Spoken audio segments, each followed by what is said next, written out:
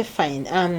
By and large, we have had a successful 2 days for the conduct of the primary living examination. That is for the 6th and the 7th of November. We had smooth conduct. By the grace of God, we did not have rains. Usually we get disturbed by the rains, so we get delays in delivering the papers and examination materials to the various stations. However, this time around, we did not get, for the 2 mornings, we did not have any rains coming around. So we had a smooth travel. Our distributors were able to distribute the papers in good time to the various stations, although of course there are some delays here and there due to maybe to traffic jam or the poor roads, but by and large we did not get anything outstanding really that necessitated maybe cancelling the examination or conducting the examination again. So we want to congratulate all our personnel out there who were in the field, who are helping us to conduct the examination. We had close to 19,000 personnel, the scouts, security personnel, some of them were undercover, and then we had the invigilators who were helping us to conduct the examination, and most importantly, the local governments. We work hand in hand with the local governments for the conduct of the PLE. You're talking about the district education officers. You're talking about the inspectors of officers. That is the district, city, or municipal inspectors of schools, who really help so much to organize and do the coordination and even the management at that level. They are the ones who deploy the invigilators as well as the distributors, and generally the day-to-day running of the examination is in their hands. So they've been running up and down the last few days, and we are very grateful to all of them for their support. Then going very specifically, we also want to, of course, to thank our district monitors who have been part of the team. Then the scouts were sent from the central, and then the scouts who were sent to the different districts. We had a set of scouts who were coming from, they'd come, let's say if somebody comes from Kampala, you'd be sent to Bondibujo, then of Bondibujo would be sent to Butebo, and then to Jinja. So we get the scouts moving all over across the country, and all of them have been working so hard. They've been vigilant, and because of their vigilance, we've been able to identify some cases of malpractice. The people who, for instance, we had cases of people who were trying to write support candidates, what we call external assistants, to write on the boards, to write answers for the candidates, especially for mathematics paper 1. It was very rampant, but because our teams were vigilant, they were able to either report to police, and they were able to overhaul the entire team at some centers, or in other cases we were able to withdraw them completely and then get other teams over there. And in some cases we even had some arrests. We have a case of this happened, I think this happened in PG, where we had a school, it's called Saint Mugaga Boys School in Nkozi, near Nkozi University. We had the head teacher of the school connived with one of the scouts and the invigilators to provide external assistance to the learners. But there's a scout who we call a district scout. Is the one who had connived with the head teacher to provide assistance to the learners. This was for the mathematics paper. So they were actually writing, and then he was giving them money. So one of the scouts accepted the money and then did report to police. And they were writing on the board. That this was for mathematics. They were actually writing answers on the board.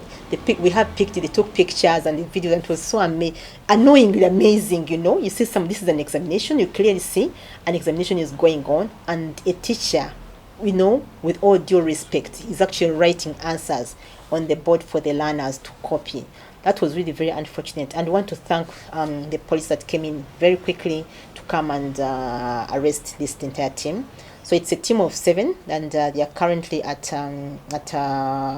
MPG police as investigations go on. Then we've had another case. I think there's another case in Wachiso. There's another case also in Kayunga. We also had a case where we also had a head teacher of a school who was also involved, conniving still with invigilators, and they too have also been arrested. And we had another case I think was we had in PG, even a school called, there's another school, that was in Lubowa, still not in Lubowa. This is a school. I think I'll get back to that one. Then in Lubowa, we have a case where a head teacher of a school, the head teacher is called Serugonza Ivan. This is a teacher of Joy Primary School. This is on Entebbe Road. He did present P6 learners in the morning. So when the invigilators were coming in, trying to do the checking, the P6 learners were being checked as though they were P7 candidates. Meanwhile, the P7 candidates were being kept in another location, and they were being taken through the paper. So the scout realized, for some reason, somebody was very keen. No, actually, there was a whistleblower, yes. A whistleblower did inform the scout about this, and the scout had to put the head teacher to task and then caused him to produce the actual candidates. So these ones were were masquerading, and I don't know what the plan was, but they were going to take away maybe these other P6 learners and then eventually bring the P7 candidates. But fortunately, we were able to get the information in good time, and the head teacher was arrested. Actually, it took quite some time to make him reveal where the actual candidates were. But eventually, when police came in, he revealed where the candidates were, and they came in and wrote their paper. Of course, at that point in time, now those are pointers for us, and malpractice can be curbed at different levels. So now we have pointers at this level of the examination, and then later on at the stage of marking, the examiners also will have to be on the lookout. So just in case, and of course for the examiners, they don't even get to know which school it is because they use random numbers, but they are always very keen. They can detect a malpractice. So in case a malpractice is detected at that level, then the learners will have to be called in to defend themselves. In case it's not detected, then no big deal. The learners will have to go on to the next level. They will receive their results. Then we have still another teacher of St. Noah Junior School in Lubowa, one Baliazayo Eric, who was also arrested. That's the one who was arrested for presenting P6 learners instead of P7 candidates. But still in Lubowa, there is one Serugunza Ivan, who is a teacher of Joy Primary School. Another interesting case. Now this one, he had a colleague of his. They were both mathematics teachers, and they were masquerading as cleaners in the bathroom, in the washrooms of the candidates. So they were in the washrooms. So the candidates were meant to go to the washrooms to ease themselves. As they go there, they receive answers to the various questions. But our scout got wind of it and was able to find them in the washrooms. One of them disappeared, and then he was able to get one of them, who is Serugonza Ivan, while the colleague is at large. So they're also being kept at the police in Lubowa as investigations go on. So that's some of the cases that we had that have been reported, and there are many reports are still coming in. Our scouts are still coming back with different reports. We know people are with different things have been going on, but by and large, we are very grateful to the professionals that we work with at different levels, because they are showing a high level of integrity, but also professionalism and commitment to the cause. When we get these kind of cases which are isolated, but when they are being reported by the scouts and the other that we are working with, it shows commitment to the cause of ensuring that the security of examinations is guaranteed, and ensuring that the learners actually receive the scores that relate, that or speak to the abilities that they have, and when there's no malpractice. So I want to call upon everybody to make sure you support the board in this cause, so that we do not have learners who have certificates that do not relate to the abilities that they have. That is why we have to fight malpractice, because all our certificates would be affected. If it goes out there and the world knows that Ugandan certificates are not credible, then it doesn't matter when you did such examinations, your certificate will not be credible. Even if the learners involved in malpractice in 2024, and your certificate has 20 or whatever, 29, or even if it's 19 something, it's about the UNEB certificate. So want to make sure that we maintain the credibility of our certificates. The other, we had a good, two extreme cases. In Butidi, who delivered a bouncing baby boy yesterday on day one. This young lady came for the examination in the morning of the first day. She had some pains and she was taken to the hospital, to Butevo Health Center but the UNEB scout, on realizing that the girl was not ready to deliver there and then, encouraged her to come back to the school and at least write her name and see how far she could go with the paper.